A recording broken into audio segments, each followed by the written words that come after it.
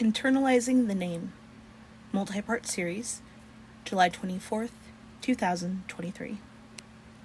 I'm going to tell a story. I'm going to start with my name. Kendrick Lamar, American rapper. Names are strange. I can recall sitting in the front row, staring at my 4th grade teacher's shoes.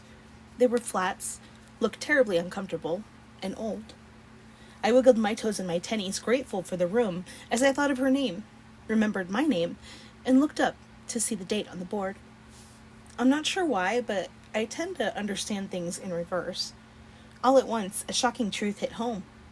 My teacher's name was her name since she was born, and that meant that my name would be my name until I die. I was mortified. Crystal was a little girl's name, not an adult name. It seemed so strange and left me with a sense of helplessness. I felt small in wondering about fulfilling a version of myself that I did not know, and who was much more than I might ever be able to become. Fast forward to my 40th year, and I'm still working towards that same goal. I'm wanting to be the best version of me that I can be, and it's a daily process. I've been wondering about more of my history, and while I once had 5 living generations of women on my maternal side and 4 on my paternal side, this is shortening as time passes. I was writing down questions that I have for my father's mother when it occurred to me that I had never looked at the whole of their names to consider where I originate, and I set out to search. I'll list by generation, oldest first, and through to my daughter. Luz, Spanish for light. Elsie, Scottish for pledge to God. Aurora, Latin for dawn. Margaret means pearl in all languages. Francis is French for free one. Anna, Hebrew for favor, grace, or beautiful. Crystal, Greek for ice or brilliant glass, also the pure. English for jewel, Hebrew for clear, unblemished. Alora, Hebrew for God is light. Now, I could sit and analyze this for time plus time. It's only been in the last couple of months that I put the whole of the name symbolism together, and I've started to work it out for myself. Looking back over the above makes it clear why my 4th grade self felt so inadequate in carrying a child's name into adulthood. For me, it's proof that without the grace of God, I could never fulfill the calling on my life. As far as I'm concerned, there's a translated duty that I am to step up for in order to show up for myself in my own life. Now, I understand that some may have an opposing view, and they're entitled to that. This is my truth, and something to consider for yourself. My daughter was named many years before she came, and was actually an answer to prayer. Remember my reverse understanding? I was not quite 6 years old, and getting comfortable, falling asleep, thinking about all of my grandmothers.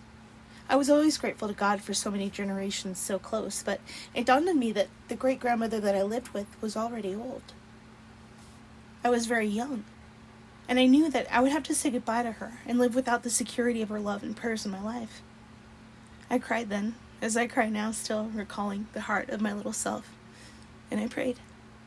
I asked God if He would let me have a daughter, and to let my daughter know my Nana before He took her home.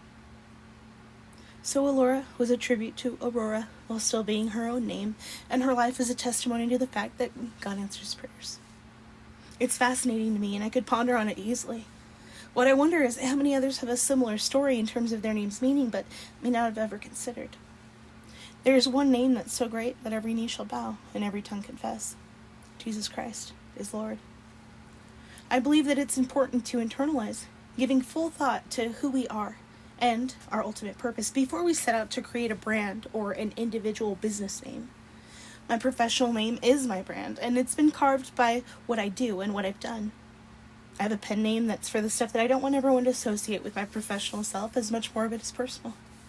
My YouTube channel has gone through a number of names, but I've settled on Light, Pledge to God, in tribute to my eldest generations. I do not remember them too well, but they've left big imprints on the history of my bloodline and thus my purpose. I accept that. I hope that I can be a glory to the living God who has shown me that He has a purpose and has used my history to confirm it, my name to clarify it, and the steadfast desire of my heart to ignite the surety of it. What does it mean to you? Well, starting a business is an involved process. Some only want to do it one right time. Some make starting businesses and selling them a life passion. Others open multiple and take on the burden of that.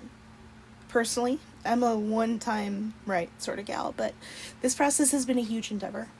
For anyone looking to start a business, it starts with knowing who you are, what your calling is, and how you plan to progress from starting point A to goal point 1.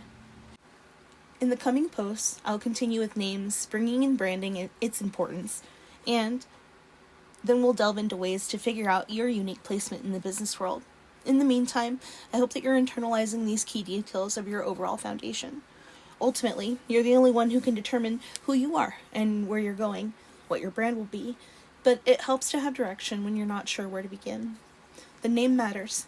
The brand becomes everything. Names have power. Rick Riordan from The Lightning Thief. Happy internalizing. With love, Crystal.